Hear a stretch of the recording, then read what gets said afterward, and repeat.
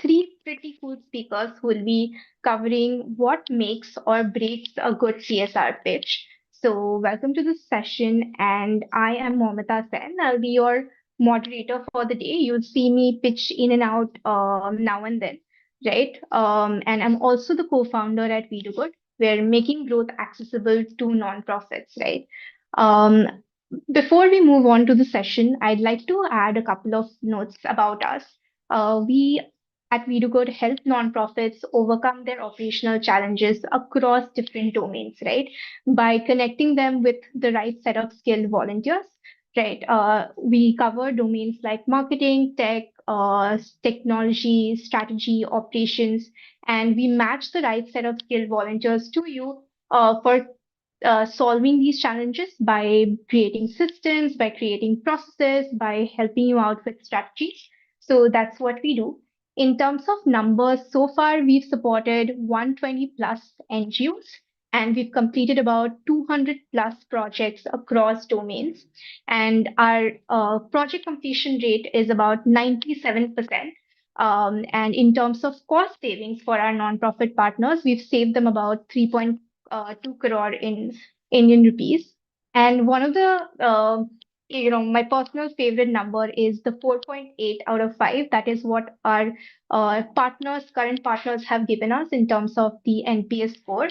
And we usually achieve that NPS score because we're able to provide sort of like a business class experience on an economy ticket budget, right? So what we do is we leverage skill volunteering to offer high quality service and but at a fraction of a cost, right? As usually is associated with regular consulting services. But that does not mean we compromise on the quality. We make sure that the quality is present. So yeah, that's pretty much about us. Quickly introducing you to your speakers for the day, right? Coming back to the session, we've got Kishore Kumar Thangavelu. He has about 10 plus years of experience in leading CSR initiatives in companies like TCS, and currently he's leading CSR at Microsoft India. So I'm sure you'll have like lots of questions for him. And then we've got Ajit Sivara. He is the co-founder at UNI, and he's had 13 to 14 years of experience in building nonprofits, right? And I'm sure he'll be able to share like a lot of insights on from the perspective of an NGO founder, right? And last but not the least, we've got Chinmay Rajhams. He is currently a manager at MSD, but he's had about 5 plus years of experience in consulting, strategy consulting.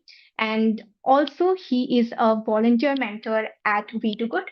So he has helped, I don't know, I mean, countless NGOs in curating and creating pitch decks. So yeah, you'll be able to get to know about how he kind of goes in terms of creating pitch decks, right?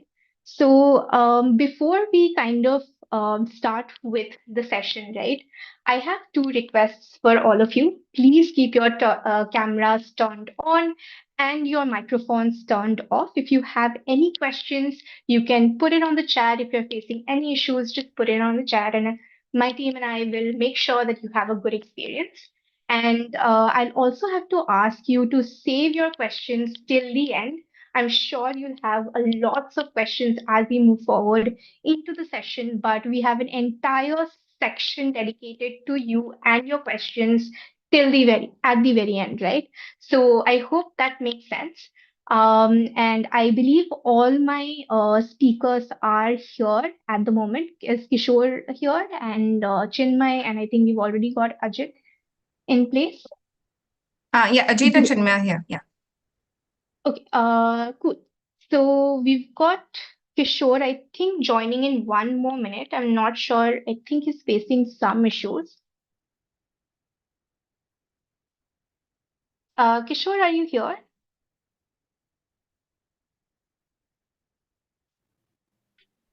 No, Kishore is currently not on the call. I'm not sure what seems to be the issue. Can we check quickly? Yeah, I've texted him, like I'm informing you on it. So, Sure. Great. Sorry, guys, for the disruption. I'm pretty sure it's facing some technical issues. So just give us 2 more minutes, and I'm sure Kishore will be here for you.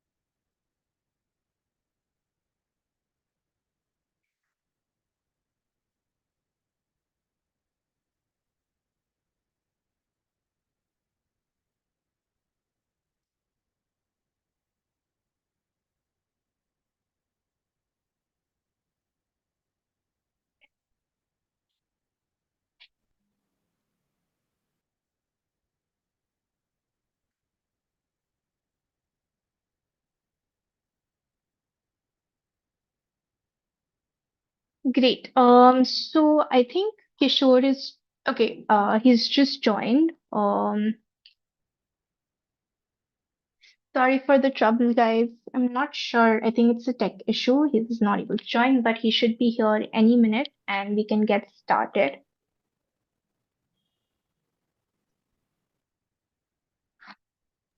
Mohammed, I think we can get started with Ajit. Like, so Kishore is facing some issues with his internet. I'm coordinating with him.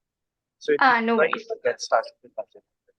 Great. Ajit, if you're ready, I think we can cover your piece first. So, in terms of Ajit, right? So, we are going to first start with basically strategies for a winning CSR pitch from a not-for-profit founder's perspective, right? So, he's been in your shoes. He's pitched to, I'm pretty sure, a bunch of CSR leaders. So, we'll be hearing from Ajit on what really makes or breaks a CSR pitch from a not-for-profit founder's lens. Ajit, over to you. I'll stop sharing and you can get started. Thanks, Mamata. Cool. Okay. So I think today is a good lesson in knowing that when you do pitch to CSR, most of the time they will be late to the call or they won't show up, right? And I know he's probably on his way and he's throwing, but I think for all of us who've been on this side of the fence, we've got enough experience in this space. And I think a lot of it is just um, building these relationships, right? Okay, so I'm going to take you through very quickly all the things that we have done wrong in the last 10 years, right? I think we started pitching to companies in 2014, 15, just when CSR was becoming a thing. And I think for us, it's been a long journey. So I'll take you through, like, when you think of before you get to the actual pitch, how do you actually reach out to companies, right? What's the outreach? What are the tools we use? We have a team of about 4 or 5 full-time people who actually do sales, right? That's what it is. I mean, and so I'm just going to run you through that before you get the CSR pitch, right? Is that good? Before I start, can I get you to quickly share in the chat box what's your biggest challenge when it comes to sales, when it comes to the whole getting in touch with the CSRs, that outreach pitch, right? If you all can quickly share that, that would be super helpful. Right, you can just put it in the chat box, and would love to hear a lot of our pains, right? So, okay. So I'll tell you what we do. Just giving you context about UNI. UNI doesn't have Satish and I are the founders. We don't have an existing CSR network. We're not well connected in the social space. So for us, building these CSR leads has taken us years. It's not a one-stop shop thing. It's not something where the founders were well connected, or we had a strong board who could connect us to CSR from different companies. We've built these the hard way and taken the long road here, right? Okay, so that's been our journey. So what I'm going to share with you is, sadly, no shortcuts in this, right? If we say, hey, founder knows that many people, great. That's a great way, right? So I think some of the challenges you want to put is conversion, making them understand the cause, getting the actual to the CSR lead. Kenneth, very thank you for. I think for me, having seniors like Kenneth in the room adds a little more stress to it. But so good to see you here, Kenneth. and people who are in position don't always collaborate.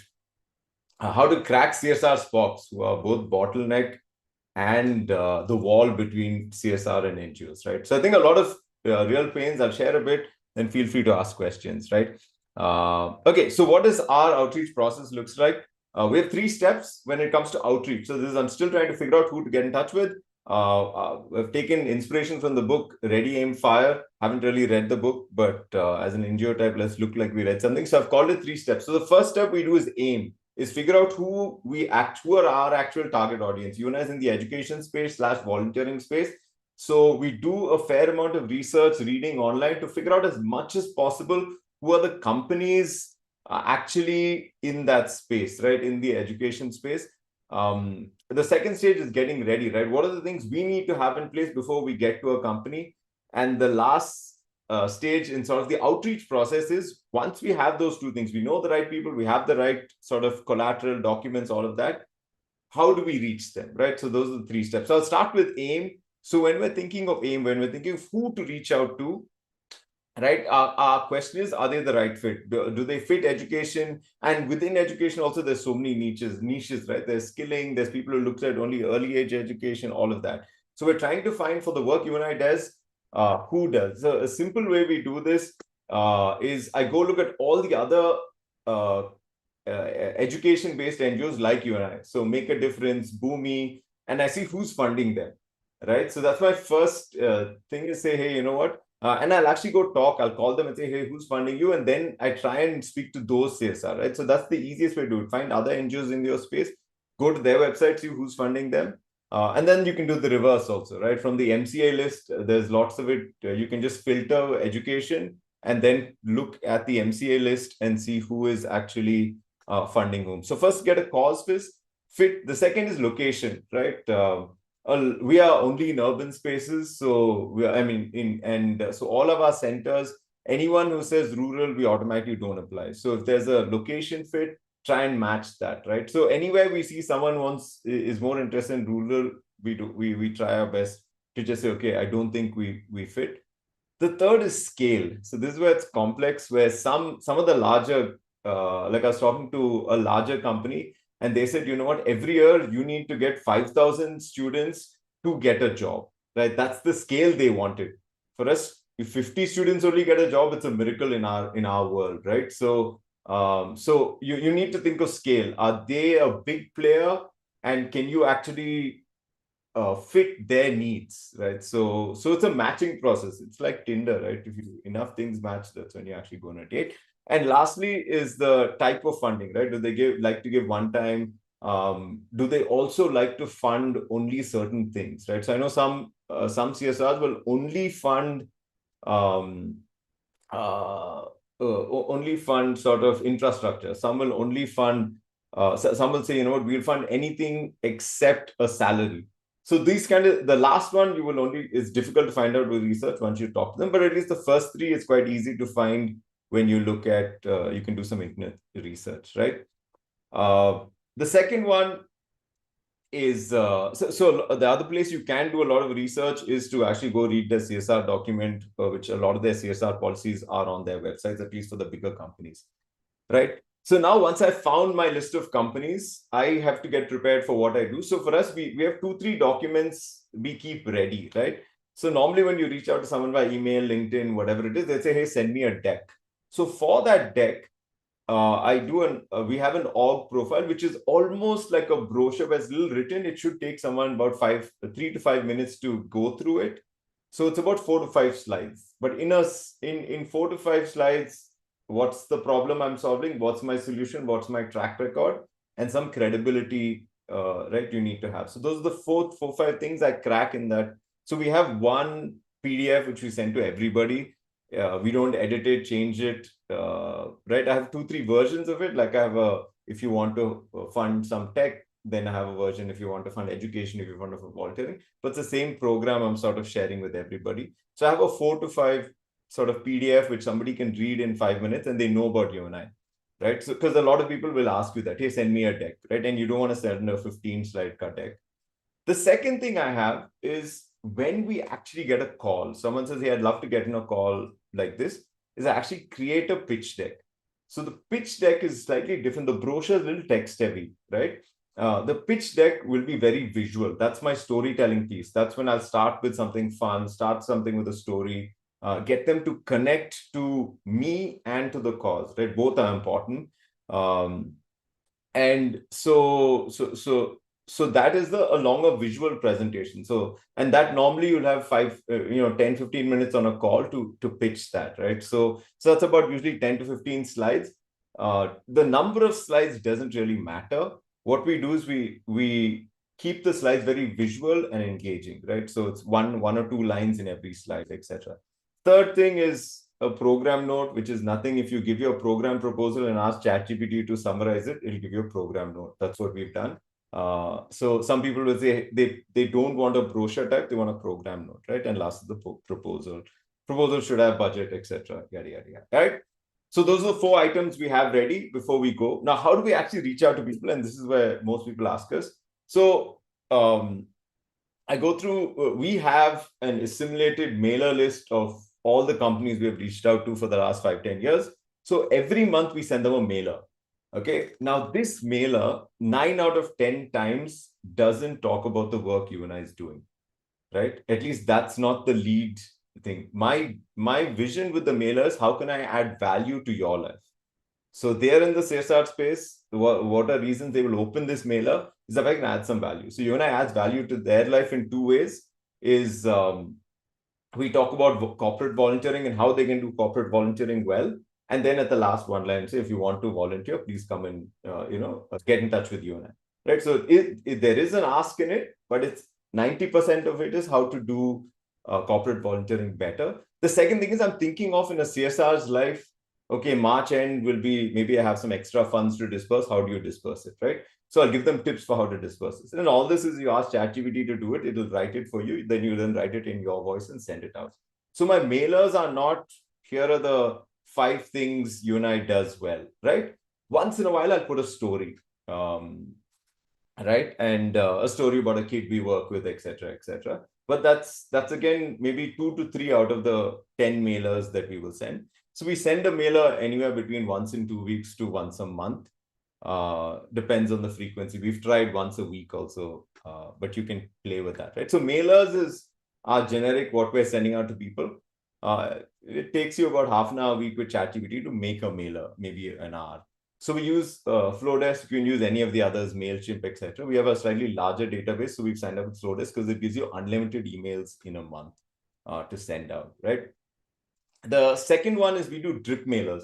How is drip mailer different to mailer? Okay, mailer is a generic mailer I send everybody. Drip mailer is the moment I get a new person's email address, I have a series of 4 to 5 emails that we send them, and they are standard, right? So say I'm reaching out to Kenneth. My first email will be, hi, Kenneth, XYZ ABC, whatever that mail is.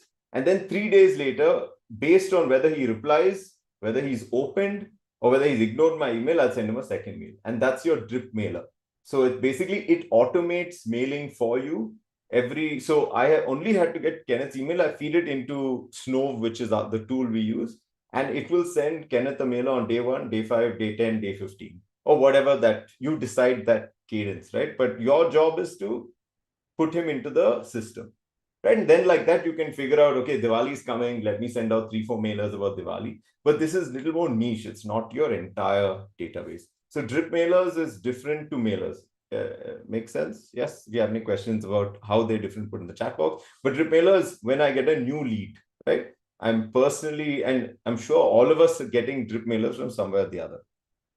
The other thing we use obviously is LinkedIn. LinkedIn, you have 2 ways to use it. You can get Sales Navigator. It's about 4,000 to 5,000 rupees a month, but it's a hugely valuable investment because from there you can just search by CSR, city, and get any person, pretty much anyone who's in LinkedIn. You get access to send them a mail or a LinkedIn mail or whatever it's called, right? So I think it's definitely useful. If you want to get one thing and spend money somewhere, try with LinkedIn. There are quite a few tools like Signal Hire and a few others, which if you give them a LinkedIn profile, it'll give you a phone number and an email, right? So But all of these, once you still need to be as personal as possible, because understand there are hundreds and hundreds of, I feel bad for CSR people sometimes because the amount of proposals they get, the amount of emails they get, they must feel very popular on LinkedIn because every NGO wants to be their friend, right? So it is a difficult life for them. So the question you've got to ask is, how do you stand out from there? Right? So just getting the phone number and email is only half the problem, right? Figuring out your strategy from there is quite tough, but we use a tool called Signal Hire. What we do is, normally these things are about $10-20 a month. So I take it for 1 month, get a whole bunch of sort of addresses and phone numbers, and then pause the account, right? Because we can't keep wasting money on these. Okay, those are my top 3 ways to reach out to people, and understand we've built a process today where we work with over 35 companies. If you ask those 35-40 companies, how many of them actually know the co-founders of UNI? Probably about 2 or 3 will do.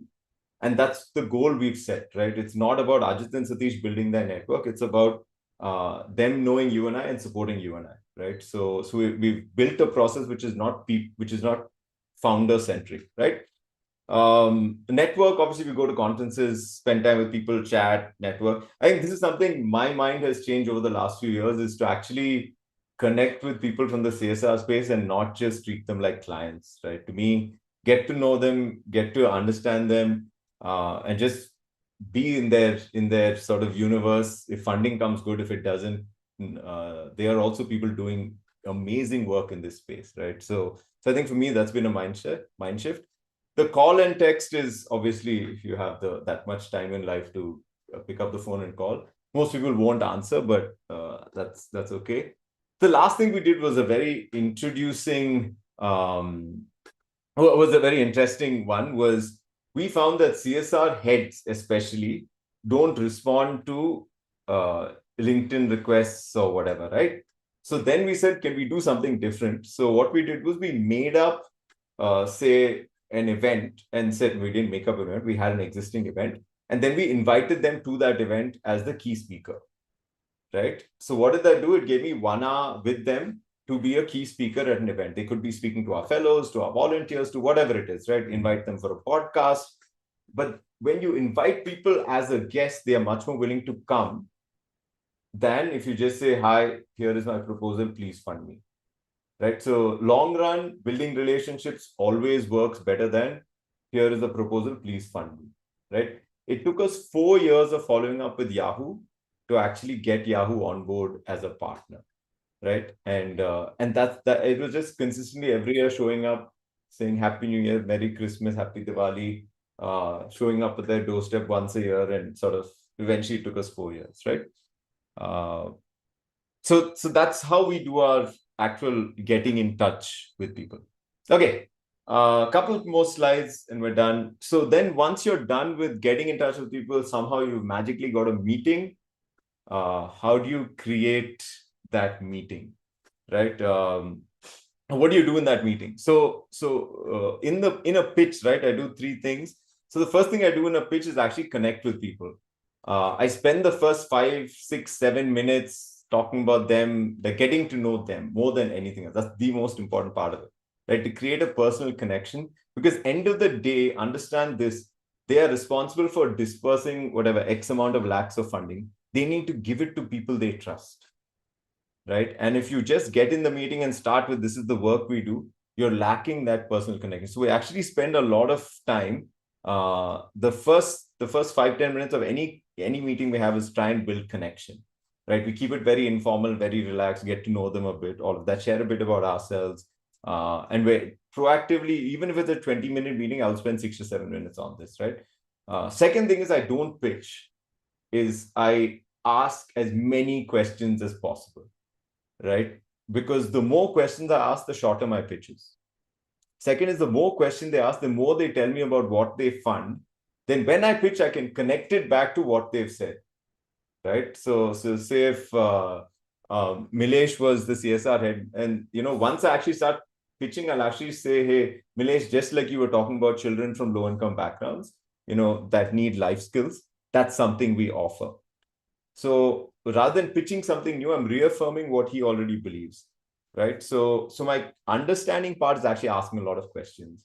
What do you fund? Who have you funded? How many times? What kind of this? What are the what are things you're passionate about, etc. What are some of the pains y'all have faced, right? So I spend a lot of time asking questions, and then my final one then is I actually pitch, right? So then I go through my slide deck, right, and I try and keep that as crisp as possible.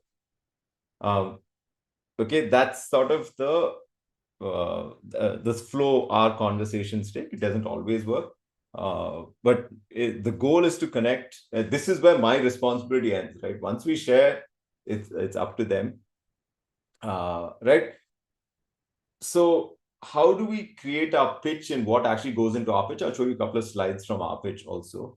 But we created this, Mamata and I sort of just thought of, instead of Maslow's hierarchy of needs, we created a CSR's hierarchy of needs. We made this up 2 days ago, so this is not gospel truth in any way, shape, or form, but it's just something interesting we had fun building, right? So, for example, what's the base level, right? If you've seen Maslow's hierarchy of needs, the base level is CSR is a compliance piece, right? If you are not compliant, however much they love you and you may be God's gift to the social space, they're not going to, they can't fund you, right? So the first thing you should get out of the way is proving you're compliant, right? So that's a base need, right? The second one is cause should align, right? Then as you go, and that's something that your research should have done, right? Then they need to see that you are capable to implement this project, because understand the pressure on them. If they give you 50 lakhs and then you only spend 10,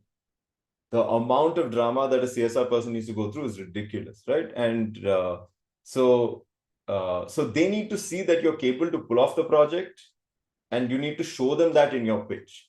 So your pitch is not telling them, look at this cause, fall in love with the cause. That is part of it. Cause is just an alignment piece, right? And then lastly, the triangles were getting smaller and smaller, so we're finding it difficult what to fit. But we said, hey, if you can add corporate volunteering in it at the top of the pyramid, that's a great bonus to any person from the CSR space, right? So those are, I'm sure we can build a bigger version of this, but that's what we came up with sort of a couple of days ago, right? So I'll show you how we do this, right? How do I show compliance? How do I show cause? How do I show that we're capable? And how do I show corporate volunteering? So I'll give you a couple of sample slides that we make.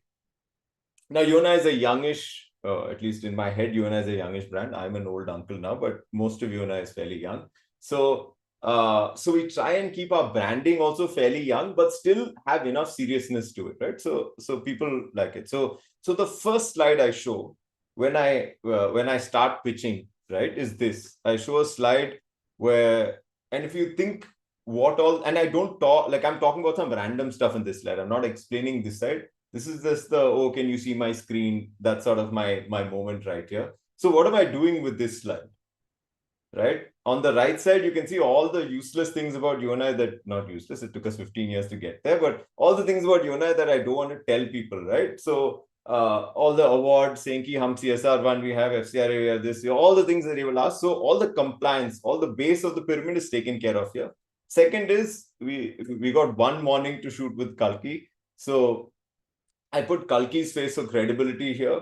And also, right, and sometimes I will have all the companies we work with at the bottom, right? So Forbes by mistake put a picture of me once, so I now say feature on Forbes everywhere, right? So a lot of credibility it had. So I put these there, so before I even start talking, they are not wondering, can this guy pull off a project? Does that make sense? Yeah. So that's the first thing I show them. And so before I start talking, my first two levels are already taken care of, right?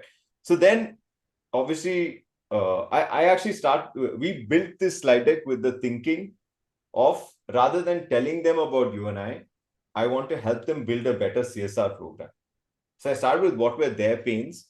And my assumption was their pains were three things. Hey, I want good partners, I want good volunteering, and I want good compliance. These were my, the CSR guys will actually tell me if those are their pains.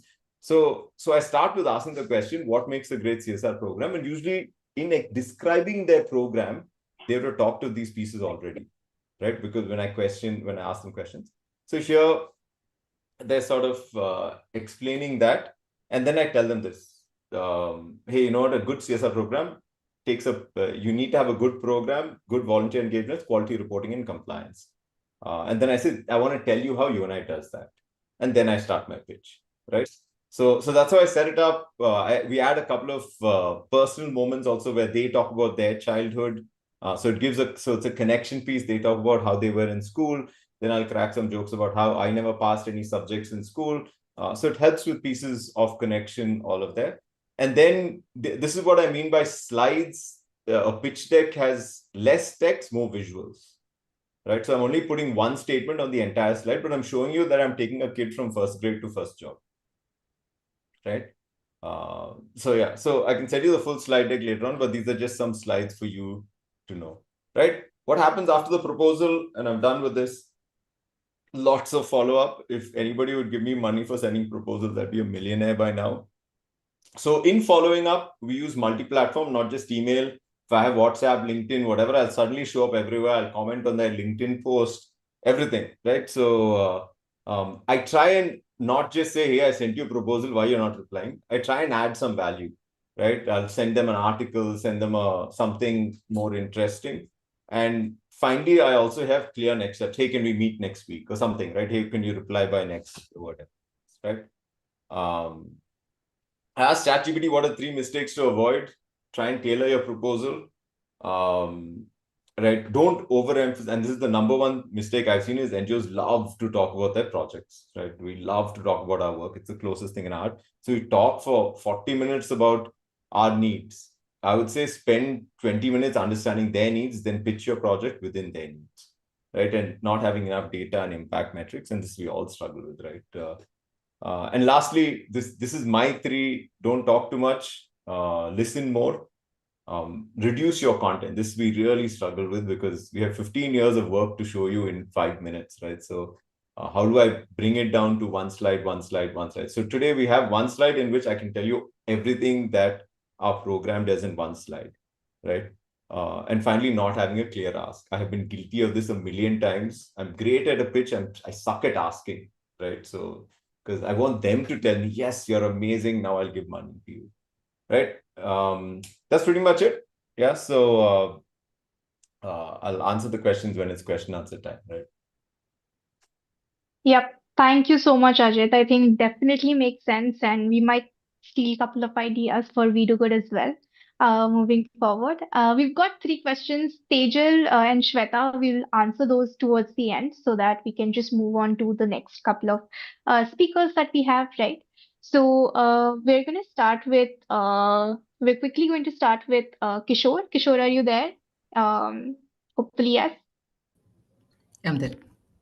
Great. So Kishore, I'll start presenting my screen and we can then get started with your section. So everybody, Kishore is going to basically talk about like what's basically the strategies for a winning pitch deck, but from a CSR lens perspective, right? So yeah, Kishore, I think we can get started with the very first question, right? And one of the most burning questions that I'm sure is on everyone's mind is what do CSR leaders even look for when it comes to an NGO pitching or proposing a particular partnership, right? So yeah, over to you, Kishore. Yeah. Okay, sure. I think Ajit has already mentioned how you should present. Now it's more about me validating, like, okay, this is how you should present. I think you had put it in such a situation. But then, yeah, I go ahead from our perspective, like, how do I look at it and what have we been looking in Microsoft, especially when people pitch for proposals. So I think overall, we get that like most of the time you have your deck, I think, align accordingly how Ajit mentioned, then send it to us. And then when you send to us, I think the 5 things which I'm looking for as it is being sent, I think one, who are you and what have you been doing and how are you relevant, I think very much aligned to how he mentioned in the pyramid. I think same, I think I always look at who, like, what is this organization, and what are all the credibilities you have, and are you capable or not. I think that's my one aspect of it for sure. That's like what it's like stakeholder value. Then when I look up, once that is clear, then I look up to the design, like in terms of how have you designed it, like in terms of, because I understand like in Microsoft we don't look at to like share more options, then look up. We are very determined, like we say that this is Microsoft, these are all the areas in which we work, these are all our themes, this is what we operate on. And then we normally look forward to the non-profit reaching out to us to have some done basic background research, so that the proposals, the documents, pictures which are all sent are in alignment to us. And when they are sent, then I always look for, like in terms of like how has this been pitched, what is its what to say structure. And when I look at it, I always don't look at like, okay, is it like 1 year project, 2 year project, let it be. But then even have they Hmm. made sure that it has its necessary structure for its tomorrow scale, sustenance, everything taken care. So number one for me, very simple, like have you shared about you, and have you made sure that enough things of yours are taken care. Second, when you are sharing about your pitch, I don't want us to you to run us through everything that you do. There may be like five things you would do best, but maybe that's not what I do for. So have some basic work done on knowing what all best suits for us, what has been our programmatic areas, narrow down there, and then pitch some ideas. And those ideas, when you are pitching, I always look up, even though if I'm funding for 1 year or 2 year, 3 year, but then like I would want to be knowing that whether you are clean, like you know that what is this for, how will you scale it, how will you sustain it, you know who are all the stakeholders involved in it. So you, that's my second part of it. Third is like when I know that what is the project, and you have done a clear research on, like you know everything which is to be taken care, then I see whether the design of the project is going in a phase where it is creating the highest level of impact. To say that like you can have a program for skilling a boy, and you can even skill them for over 10 hours, you can skill them for 30 hours for different outcomes. So I will look at which stakeholder is this program being designed for, what type of outcome this program is trying to achieve, and if it is trying to achieve this outcome, is this the highest outcome that can be achieved, and is it the most efficient way, and is this the organization capable of achieving it. I think that is always a decision making factor about your organization, having concepts related to us shared. And even when the concepts related to us when being shared, are they being holistically pitched. It's not like sent as 1 year proposal, just now look at it, we will tell about remaining things later. You have already thought the holistic structure. And then when I know that you have thought about it, then I go inside and see that are you pitching for the right type of impact, or are you pitching for the like that knows the depth correct, like what are you trying to do, and is this beneficiaries, this kind of approach will result in this kind of impact. And I think is that the highest level of impact, mostly that will give us a balance, like so that we say do this, do that. I think that's my third thing. Then when you know that you have done that, this is the highest impact, then I will look at, are you leveraging our strengths, are you just looking at up us as a funding partner and nothing beyond that. Are you making sure that you are leveraging Microsoft's expert or any corporate per se, so that you are getting our resources into it, you are able to leverage our strengths, our partner, our placement, anything that Microsoft offers beyond funding, you are able to put into it, so that that is able to add value to it. I think that will be my fourth thing which I will take it. Then fifth is like I always look at this, you have all which is fine, but then are you taking care of the stakeholders, and are you knowing that what will those each stakeholders be responsible for your scale. Sustenance is one piece, that is understandable, you can sustain either through additional funding, you can sustain through different mechanisms, or you can scale through more people.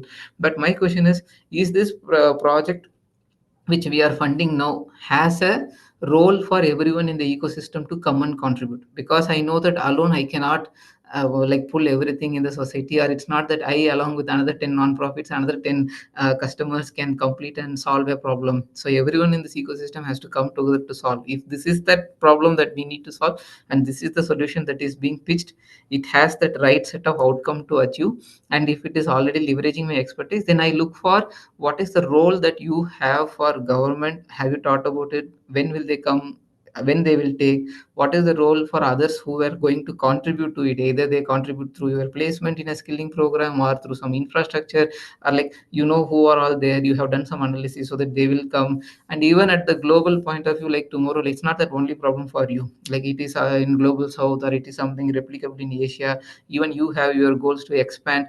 I know it's only a basic simple project pitch, but I try to always look up all these pieces that are, because for us, if I build one relationship, the relationship is going to be there for next many years. It's not like you come pitch a project, take some 5 crore, say 1 crore, go back, then again you come back after 3 years, pitch one more project. It's not like that. We are committing to work together on a cause where we have analyzed this all, and we have a longward journey from there. You will grow, I will grow, problems will be getting solved, you will expand, we will replicate, we will bring others to kind of contribute, we will work with government to look at it and adopt, include. So I think from day one these antennas get switched on for us, and that's the reason where I think these things I look for. I just pass here. Yeah. Cool. I think that absolutely makes sense. So, five things basically, which is the stakeholder values and outcomes, how is the program designed, and if it has a role for each of the stakeholders, and also utilizing the resources, not just money, but everything else, right? Tools, expertise, and all of that. And last but not the least, how is it aligned with the government? How is it aligned with company goals and global perspective as well, right? Great. So I think moving on to the next question, which is what really makes a pitch or a proposal stand out, right? I mean, you just look at it and you feel that, okay, this organization really knows what it's doing or what it's pitching. So what's Sure. your take on that? Yeah. I think one thing I always do to make sure my efforts are reduced is I give a template. Honestly, like I always say, if you are going to pitch it, please follow this template and fill them all. That makes my life easier. But even otherwise, also in the template which I give, or otherwise which we look up, uh, critical things which I always look at them is the template should have some structure. I think it is more or less aligned with what Ajit mentioned. It should not just go about beating the bush like in different form. It should have some well-defined structure. It should be like having all the necessary things, starting from your context to what problem are you solving, how are you solving, and what is the next steps will you do, whom will you collaborate. So like it should have a very clear, crystal clear structure, so that people are able to kind of understand both holistically and individual section wise also, because there will be multiple teams and stakeholders we will refer this document and discuss with them for. So having the information at necessary levels will be very important for us, so that makes us to kind of speak internally, pitch for you, approve, get it done, so that there is no back and forth every time. I should not be like, where is this available, where is that. I think that's number one for me. Then second is like when you have that defined, I think I always look for a very clear components around, like your struct, what to say, budget. I'm not saying that again give a broad budget. Like I look up to even like details, like you have one unit cost into whatever the cost which will be like shared into a final. So having a crystal clear budget sheet explaining everything with the details and everything. Similarly, having a crystal clear table on your outcomes, how will you drive it, or having a table on your timelines.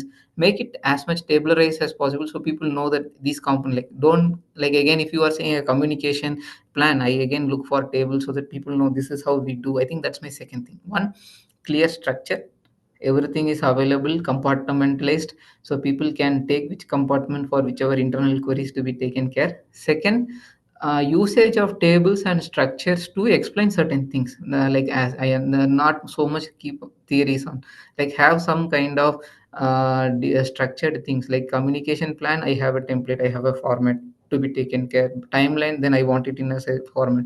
I think that's my second thing which I definitely want it in a clear cut what to say sheet.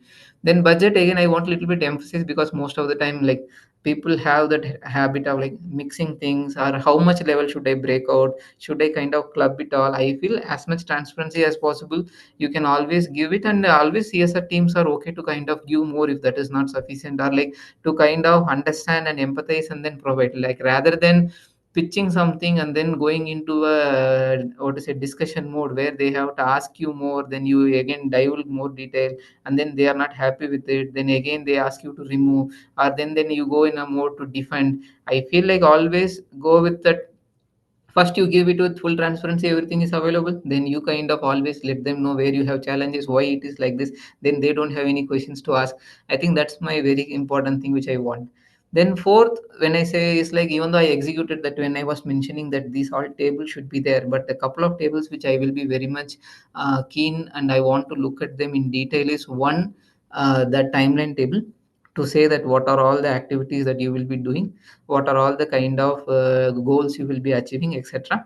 Then second, definitely I will be looking at your, what to say, the table on communication plan also, like how you, at what, it's like people always think communication means stories and, like, what to say, publish on social media, launch even photographs, and then is that what? No, I feel like, or sometimes people think is reporting the communication, but there are various aspects around it, like starting from what to say, your story, to having your case studies, newsletter. Actually, you can work a lot, so I always emphasize on that.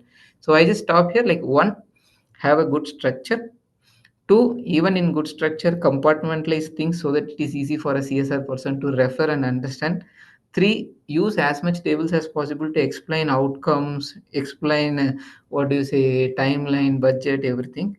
Four, all those tables always be more detailed so that people understand it, and you can always be explicit and you can always take input, etc. Five, among all those, again, timeline and communication plan, I feel like share your expertise, that you tell that we do have this kind of, like, we are not only that these are your expertise, that is a cause, you have your budget, you have your timeline, but explaining details here tells that we are expert in that. Like, I know to do, was like, you tell that this is how we do, we'll take care, this is how we will do, so people understand. When you emphasize more on communication, I understand you are doing CSR, you want to make sure people know about your work. I have a well structured plan to take care of it, you can always look at it. This is like one step beyond the pitching, getting project, and like to say that this is what we have been a pro here types. I think that's where I request those things be there. Yeah. Cool. Sounds good. Great. I think we have two more questions to go, Kishore. Sure. So first Okay. things first, next question is basically on what are some, and this is actually my personal favorite, what are some common pitfalls and that you've noticed and which are usually easily avoidable, but people might miss out on them or just simply don't know how to avoid them, right? So yeah, if you could just give your thoughts on that. Sure. I think pitfalls, again, it's like continuation of that. If you put very generic, you write so much and then you are not able to explicitly explain what, because project can be much bigger as well. Project can be like, what to say, be up to the, tell it clearly, like, in this year this is what I want to achieve, I know this is my larger goal. You can always say this takes 3 years and I want to achieve this. Or this is like a broader, like when I was telling earlier also, like, this person can be provided with these three empowerment as part of my work. But like, don't say that now you tell what you want, like, you can be specific, like, this is what all we can do, this I want to start now, this I will do later, this it will take time, or this and this you can do because this is your competency and I feel Microsoft is aligned. I think rather than being very like, the two things are there. One, people always try to reuse the CSR proposal, like one proposal pitch to one company, reuse one more, just change things. That is one aspect. And even when you change things, you keep it at the broader level. Let's say I am so and so organization, work on skilling of women, and I do this, or I am education organization, I do this, this is what I do. But then you don't go to the next level to be clear on what is it you want to do with this, how much, how over the years you want to do with this. I think that clarity, and that is one thing I have seen many a times proposals miss that, and then we have to ask extra question, then they be clear, will that one for me. Second, I even reiterated in my earlier question also, where I was telling, like, budgets will always need more and more, like plus button, like hit expansion, again hit expansion, again hit expansion. Keep it like already it is fully expanded, and after the discussion it gets minus, it gets reduced. Like, don't keep like every time it needs additional expansion, and further when people expand it to the fullest, then they feel that this is not viable, because both you have spent effort, I have spent effort, and then it is hitting a rock bottom, like we are not going further. I think that's my second thing. Third, definitely on communication plan, like we feel that most of the people's emphasis on communication plan is little less. Like we make it mandatory. We sometimes do communication plan, link capacity building also, to tell how you can work on it and how it can be of varied levels. Is it a system changing program, is it a person oriented program, is it like a ecosystem program? Then for each program, what type of level, is it multi year, single year, at each level. Then again, what are you trying to, which theory you are trying to change, then accordingly then have some plan built in it, so that you are able to kind of have your start event, then you have your testimonials, you have your case study, you have all those things done. I think there is a like, we should invest more. That's my opinion on it. And then the one another thing which I miss, which is not explicitly explained well, is the usage of tools, processes, everything in an organization to tell that how robust you are. One, like complaints, that is different piece, that is evaluation done at the starting of the interaction engagement with you. But even in a project, to say that if you are giving me 2 crore, if you are giving me what to say 3 crore, or if you are giving me 80 lakh, and if my project involves 10 things, this is how I efficiently work, this is what I take care, these are the things which are there in my operational model, which makes us to do well. I think that investment, capacity building, having it in the projects is also necessary. Like mostly people don't put it, like whether you are using more manpower to achieve it, or are you using processes to do it better, are you in, like again, these are all the points which prove that like we are moving up and we are using things. And that makes the donor also to think that yes, a progressive organization, we should also invest in their growth, and make these are like tilting factors towards saying yes for those proposal. I think that's my other thing. I think last point, more or less it's the same, like you have one point on the landscape, where I feel that I know I am an organization, I am working on empowering girls with education, and then I want to pitch the project, and I have a standard one paragraph I have been using. That paragraph I have started writing from 2010, like where I told that this is what girls need. Then you keep adding it every year. I don't think that's the right thing. Like you need to be relevant on, is that what the current status is that what you wanted to achieve, is that what the current strategy, are there enough people who are doing it, or over the years you have done and achieved some impact there, and now you are changing it. I think that is needed. It's not like stand there and then kind of keep a standard context for you always, and then pitch it to us to provide that solution and people fund. I think these are like five things which easily show away, or which if provided can also tilt or help, is my opinion. Good. Sounds good. Great. I think coming back to the last question, right? And definitely one of the key questions to answer is what do you usually look for in terms of like outcomes or impact metrics, right? Understand.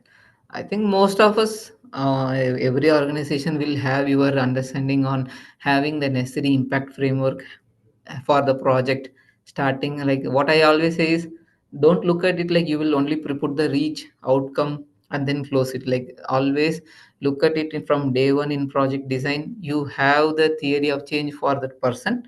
You also have the goal, like yeah, each and every activity that is there in the project, and the indicators that you want to kind of capture, and the kind of outcomes. I think that thing I feel everyone should have. I think it is available. Many evaluation frameworks are there. You can use. People ask it or not. I think invest in the manpower in our agencies, get people to be equipped on it, and then pitch it from day one. Like it's not like that impact assessment agencies only will come and tell, we are using ICERTIS framework to evaluate your project. We are using DAC evaluation criteria to do the OECD. I don't like, all the non-profits themselves also can have. They can also tell that we have this framework, we work on it, we define parameters on it, and then we actually this project we will have these kind of indicators measured, etc. I think that is my first point, which I feel everyone should have. And the second is, I think you can always have all the necessary tools to take care. Like just give me a minute. I think you should have all the necessary tools and processes to measure. Don't say that like after the project monitoring evaluation will be done. Like you can always do project monitoring evaluation parallelly also. You can always kind of invest on it. Like we can always say agencies like we do good could be there from day one to support the project, etc. I think that's my second. And third definitely is like having monitoring evaluation from day one also. Like that's my other point. Like one, framework. Second, having matrices defined and installed from day one. Third, always in what to say, invest in agencies, like people who will be like able to support. Don't worry about like manpower will not be sufficient, or like it's always fine. You can tell the donor, I am always okay to give extra 10 lakh to put a monitoring agency to see that you are able to work effectively. Than I worried about midway of the project or at 80% of the project. Now all the money is lost. Let's restart from scratch. I think I don't want to do that types. I think these are my major things which I will be happy about if done. Cool. Thank you so much, Kishore. I think definitely makes sense. And we are all probably are guilty of sending the same pitch again and again over to multiple stakeholders. So we will make sure not to do that. Cool. I think that's pretty much it on Kishore's end. I see some people have raised hands. Guys, we'll take the questions at the very end. We'll let all the speakers complete in the interest of time, and then we'll have like a quick Q&A for to answer everyone's question. Great. So we've got definitely not last but not the least, we've got Chinmay. Chinmay has been a consultant at We Do Good as well. He has, I think, designed countless pitch decks for different NGOs. So he will be sharing the strategies for a winning CSR pitch deck from a consultant's perspective, right? Chinmay, over to you. I'll stop sharing my screen quickly and yeah, you can start. Yeah. Hope everybody can see my screen. Yes, Chinmay. All right, perfect. So I'll try to keep this short, but we really heard some interesting perspectives, right? And we heard about both sides of the coin when it comes to an NGO's perspective as well as a CSR perspective. Uh, Over the next 10 or 15 minutes, we are going to look at what are some of those elements which makes or breaks a pitch deck. Specifically, we'll try to look at three different questions. Number one, what makes the content effective? Number two, how do you make your pitch deck look good? And at the same time, how do you present what you measure? I like to use a very interesting abbreviation for this. So I think about three dimensions. First is the content, other is the visual, and then the third one is impact. You can use an abbreviation called VIC. It's very easy to remember and helps you think about visuals, content, as well as impact when you're thinking about making your pitch deck. So we'll move into the first slide first. What makes the content effective? When it comes to content, and specifically talking about pitch decks, it really helps when the content is tailored for the company you're pitching to. So really invest that initial time in researching about the company, understanding what their goals are, and also showing through some of the slides how you can help them.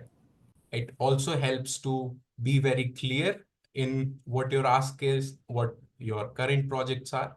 And it's more often than not more easier to not be complex and not using any complex jargons in the pitch deck. One of the pro tool that we use at our end as well, and potentially you can explore, is the Hemingway apps. And along some of the following slides, you would also notice such callouts which have like very interesting tools which can help you optimize as you build these pitch decks.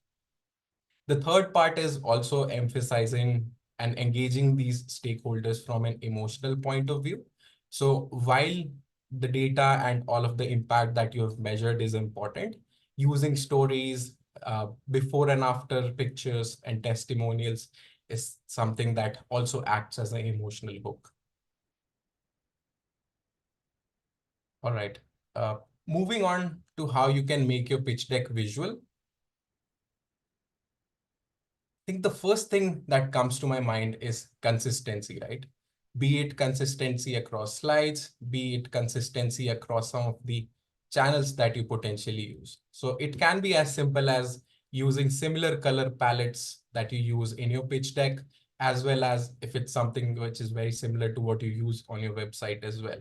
That adds additional lever and it's easier for the stakeholder to review things on their end so that they can focus more on the content itself and not pay so much attention to the differences in colors and things like that. When we are presenting anything that's a bit complex, we've realized that using infographics, flowcharts to define such processes is usually very helpful. Third bullet, and I'd like to stress this more, we should try to avoid overloading our slides. So I think Ajit also mentioned this, but if we can focus on just one idea per slide, that's too much of the content that we can potentially absorb out of a slide. And using bullet points is also something that guides the narrative and can help you present as well. Now, we do have an example here as well. This is one of the slides, which is for an NGO called Nature Future. On this slide, we are trying to portray an illustrative example of what is the impact of biodiversity loss. So a couple of things that you would notice on this slide is we have used like very sleek visuals. We have some icons as well, which are very simple. But at the same time, we aren't like overcrowding the slide. We are using consistent fonts, we are using consistent formatting, and it puts across just one single idea. Last but not the least, impact. How do you measure it and how do you present it? Highlighting numbers definitely helps. So do bold those fonts when you're highlighting any numbers. What also helps is also setting very concise and succinct captions along with those impact metrics. Because more often than not, we've seen that, hey, this is the impact that we are doing, and it might come across as a very lengthy bullet. Instead of that bullet, maybe we can try to fit in the same impact story in a few words. Some of the other metrics that you can potentially explore adding can be some before-after stories that, hey, this was the situation in a particular village. This is the program that we ran, and this is the before and after story that we ran across. You can also explore looking into impact per rupee spent. So let's say you got the funding of, let's say, some 10 lakhs.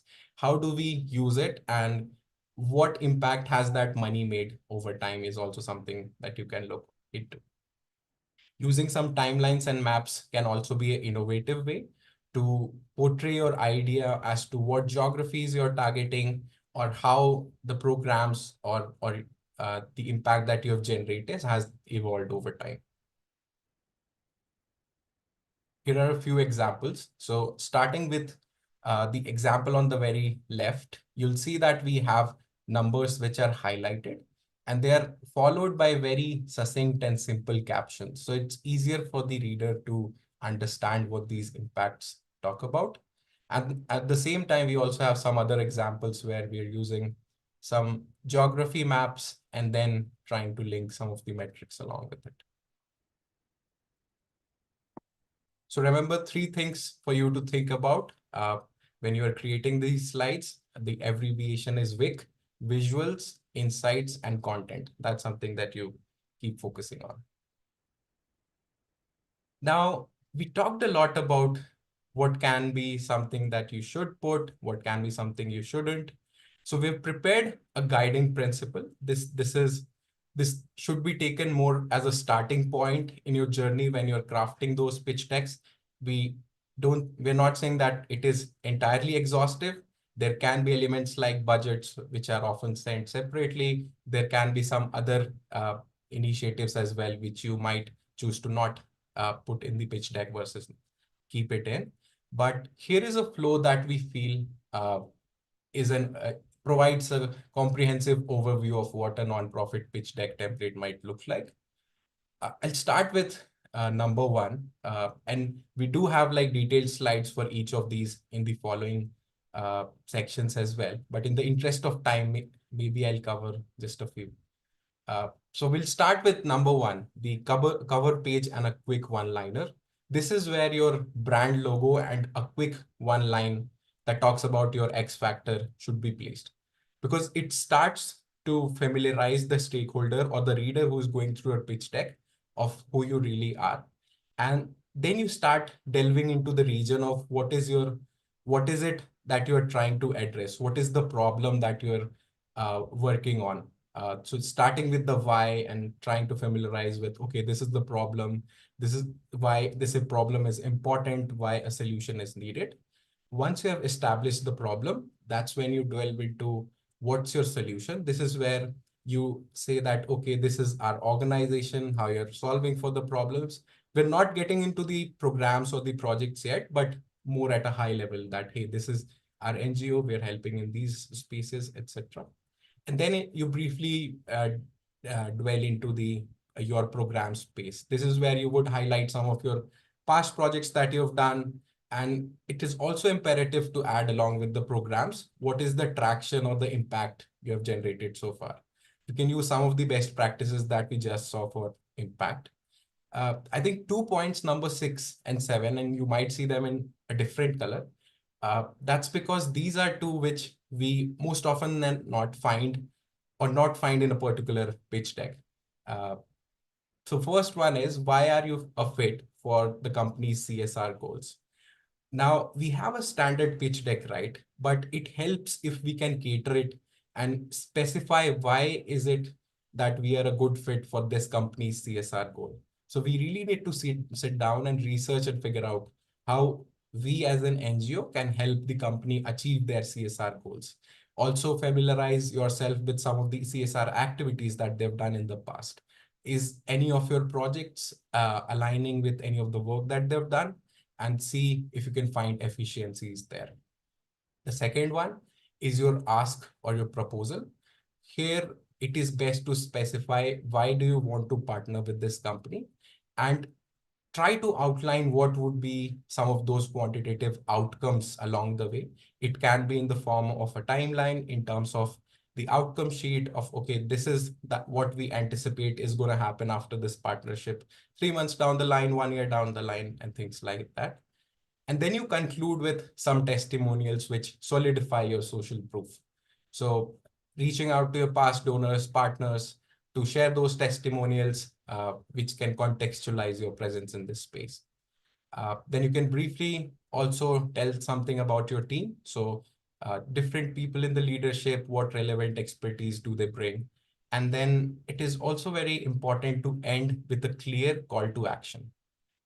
You might have seen that some pitch decks often end with just a plain thank you. What we have realized it is, instead of a thank you, it's more impactful if you end with a strong call to action. Now, a call to action is something that would lead the stakeholder or the reader, or make them at least interested in pursuing that action. I see a hand raised at this point. Perhaps I'll go through some of the other slides and then maybe we can take the questions at the end.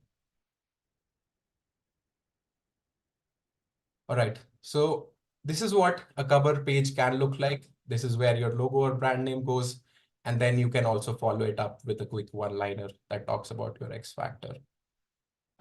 When it comes to an example, here's how Airbnb did it. So they started with air, bed, and breakfast. The acronym is Airbnb. And then it also elaborates very succinctly what is it that they do, what is their model, things like that. So you can experiment with it, see what really sticks, and this is something for you to think about. Perhaps some other examples which might be useful to see. Yeah. So maybe seeing what's your solution, right? This is a slide where you talk about your organization and also try to emphasize what is it that you plan in future as well. And the second part is especially important for new or budding NGOs, because we do realize they might still be chalking things when it comes to the impact metrics, right? So it is very important for you to also highlight what are some of your future plans. And one of the ways that we did for of our partner NGOs was this. You see a very easy visual, easy to read through. On the left, you have a crisp introduction. And at the same time, on the right, you see 3 quick and easy pointers summarizing what they do. Moving on, this is where you tell about your programs. This can be some of your projects. You'd notice that we aren't like specifically going into a lot of details, just summarizing all the different kind of projects that you do, or cherry picking some of the projects that you feel might be relevant for the CSR you're approaching. One thing that we do realize over time was it's helpful to also add some sort of links in the presentation itself. So it can be as easy as, let's say you have detailed project debriefs on your website. You can link some of those in the presentation itself and then just provide a short summary here and then link it to the story itself. So that way, if a reader is interested, they also have access to a much bigger content.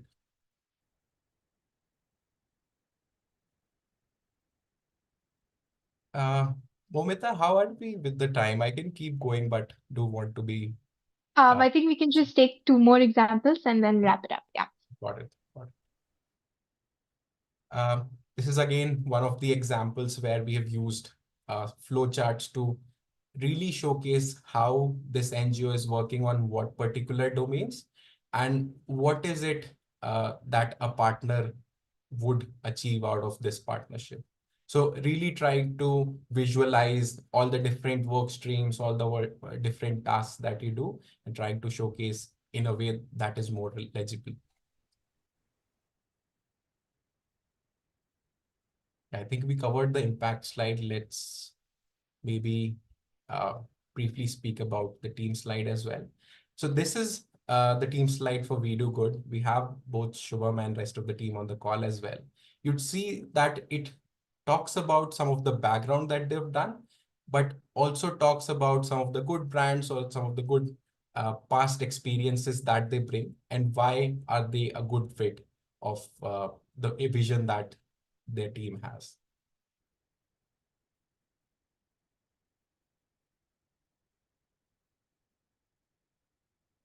All right, I'll perhaps stop there in the interest of time, but there is a lot of content in the subsequent pages as well. Yes. Okay. Great. Thank you so much, Chinmay, for sharing the presentation. And yes, to all of those asking on the chat, we will definitely share this entire presentation with you guys. And definitely as well the framework that we worked very closely with Chinmay to develop. So you guys can get a better look. We'll share the recording and the framework and the PPTs. Great. I think we can just before moving on to the most awaited section, which is the Q&A. I know I'd like to just take 2 more minutes to kind of quickly wrap it up from our end, and then we'll move over to the Q&A itself, right? So just give me 2 more minutes, and we will start with the Q&A. So this is something we wanted to share with you. So this pitching season, you will have full support from We Do Good and our set of skilled volunteers, very much like Chinmay, who can help you make the most out of your pitching by helping you in projects like creating pitch decks, website update and creation, and even more like in terms of donor retention strategy, in terms of like how do you kind of reach out to CSR, like outreach strategies and all. Ishanya is quickly going to float a link on the chat through which you'll be able to sign up for the same. It's just going to ask you a couple of feedback questions and you can just quickly sign up for it if you're interested. And if you have any questions, feel free to shoot it towards us. We'll share the contact details for our team as well, and you can do that. And the second announcement is we've got more sessions coming up. The next session is going to be what's the key to donor retention, right? I think Kishore was talking about how you first kind of crack one partnership and then you kind of retain that partnership throughout different years, right? So what's the key to donor retention, both institutional and retail? And we're hosting it towards February, and we've already got the speakers pretty much finalized. If you want to stay in the loop for the same, just fill up the feedback form and you'll get a little tick mark that you can tick to say that, hey, I want to be notified as soon as the event comes up, and we'll get the invite to your inboxes.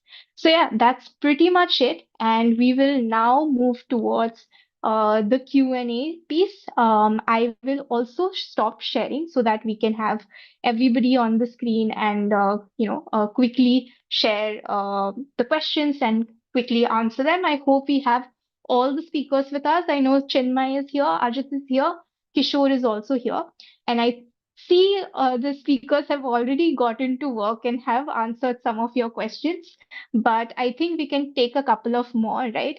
Especially, I think the first question is which came really back at 3:30 from Tejal. He said that he has been using the drip mailer strategy for a really long time, but one thing he has not been able to crack is the open rate, right? So I think you said that out of 50, we only get one or two responses. So this question is specifically for Ajit on the piece that how do you increase open rate for these drip mailers? Yeah. Yeah, I think it is a real issue. I think there's two things. One is it going to their spam or their main folder? I think that really helps. And now Gmail also has this, not just spam, right? It has important and not important, and then there's spam. So it's created levels. So a lot of times they're just making our life more difficult. But so that is one, right? So one solution for that I've seen some organizations use is to actually have two domains. So you use your drip mailers on one and have your normal email on one, so it doesn't affect your ranking. Second one, drip mailer is who is it coming from, right? Your open rate. So I know some organizations, they have for the founder a second email address, right? So if there's Ajit at UNI, they have ajit.sivram at UNI, which the team uses. So the sales team will use ajit.sivram. Sometimes people are more open to opening a founder ka email versus a just someone in the fundraising team, right? So that's the second one. Third one is that if that the open rate is has to be, yeah, you need to think from a CSR person, why will Kishore open, right? And what in that email? So I think that is the tough one. I think, and there's a lot of content online. You have ChatGPT and 100 other things to help you with good titles that will help you sort of get that open rate up. But it is tough. I wouldn't say we've cracked it. Also, we every month we keep trying different things, right? Cool, sounds good. Great. So next question is from Palak Soni. This question is for Kishore, by the way. So Kishore, if a budding organization reaches out to you for CSR, what is the first thing that you look into it, and on what basis does the company decide to start a first call, or how do you initiate conversation? And also, like, what are usually the months when you're actively looking for CSR partnerships, and then what are some of the months when it's a little slow season and everything else? Yeah. Sure. I think among all, like, let it be like, even I tried answering one more question where they were asking, like, is it established org or a growing org? I think the basic simple principle is the org which is writing to us should have a little bit looked up to what is that we are doing, what type of what to say priorities we have, strategies we have, what type of work we do, what is there in our ecosystem, and then writing in that language will make me to notice it, to be honest, like to say that this is what I wanted to do, these are the areas in which I'm working, and here is some partner who has written to me about something which I'm working on, which either I will look up to it for expanding the program, or like adding partner, or even understanding what are they doing, might be my existing partner is not doing well. So always don't pitch what you are doing. I think that is always fine. I think ideally we will come to a situation where we will work on building your project to meet my needs, or we will work on getting my work done through your expertise. That is what we will lead. But my pull factor will always be like, should, if I spend some time to speak to that partner and understand, first and foremost thing, I need to be convinced that with working with them I am going to get some of my problem resolved. Yeah, that is my basic knowledge. It can be anyone, growing, new, anyone is fine. I think that's my first answer to it. Second, I think in terms of timelines, months, I think it's like it depends nowadays with all this, what to say, CSR money collecting back, putting it ongoing project. I don't think like the most of the organizations are working through the year to kind of understand. And then at least in Microsoft, for me, there is nothing like I have to pitch everything and close it by March, and then in April I will kickstart the projects. Even I will keep looking for people to solve some of the challenges. I may start funding from October for 6 months only, or even I will start funding from February for 2 months only. Then I will fund again in April for the remaining months. So from, I can share from my perspective, but I understand across organization you may know that the busy months are Jan to March, and then again might be somewhere between April to June. Yeah, that is for the new fiscal, and this is for the leftover of the previous fiscal, etc. I think that's my understanding from the industry now. But at Microsoft, like I take care of some 7-8 units which are like internal legal units, but we are quite looking for partners through the year. I think basically we only look for who can solve what for us and what strengths do they believe, and can we just spend a couple of minutes with them to understand and then bring it into our fold, or leverage their strengths to solve some of my problems, honestly. Cool. Understood. Next up, we've got Tejasri from Healing Hands Foundation. And I think this is something both Ajit and Kishore you can take. We have a rough comms plan with us, but we would like to learn more in details about it. Like I see a couple of more questions about what exactly makes a good communication plan, right? So Kishore, why don't you share, and then Ajit will go over to you for your Yeah, insights. sure. I think I will start at the like I will try to explain from a framework point of view, but we can delve deeper in terms of going into examples later as well. But from a framework point of view, a clear-cut explanation on what are all the artifacts or what are all the components that you will use. That is like my column number one.